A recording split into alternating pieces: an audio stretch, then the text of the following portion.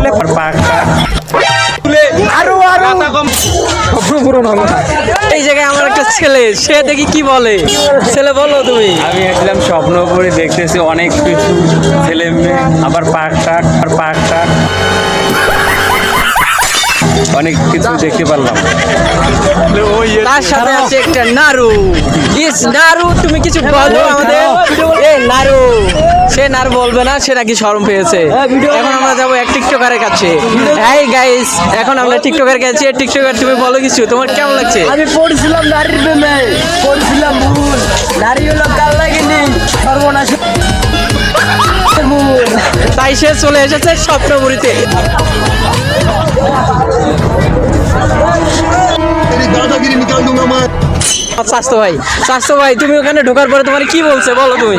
আমার কাছে 5,000 টাকা এসে বলে दादागिरी करेगा मेरे साथ, दादागिरी करेगा। হ্যালো গাইজ, আপনারা কেউ এর ভিতরে ঢুকবেন না, কারণ তার কাছে 5,000 টাকা জরিমানা লাগাইছে। এটা হচ্ছে স্মৃতিসৌধ, যা অবস্থিত আছে নবীনগর বাইফেল সাভারে। সেটা এখন আমরা দেখতেছি স্বপ্নপুরীতে। সেই স্বপ্নের মাধ্যমে সবকিছু এই জায়গায় আমরা দেখতেছি।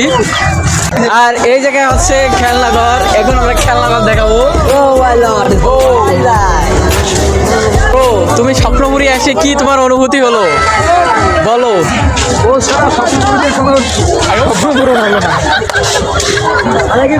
তার গায়ে সে বলে নাকি তার বউ ছাড়া কোনো তার স্বপ্ন পূরণ হচ্ছে না।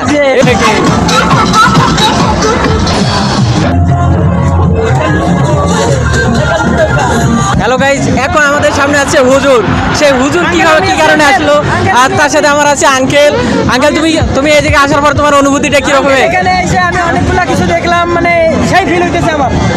আঙ্কেলের নাকি সেই ফিল হইতেছে। আঙ্কেল এখন বাসা যাবে না। সেই চাচা তুমি কিছু বলো, তুমি যে এই জায়গায় আসার পর তোমার কি রকম লাগতেছে? খুব ভালো লাগতেছে। এখন আমি চলে যাবো,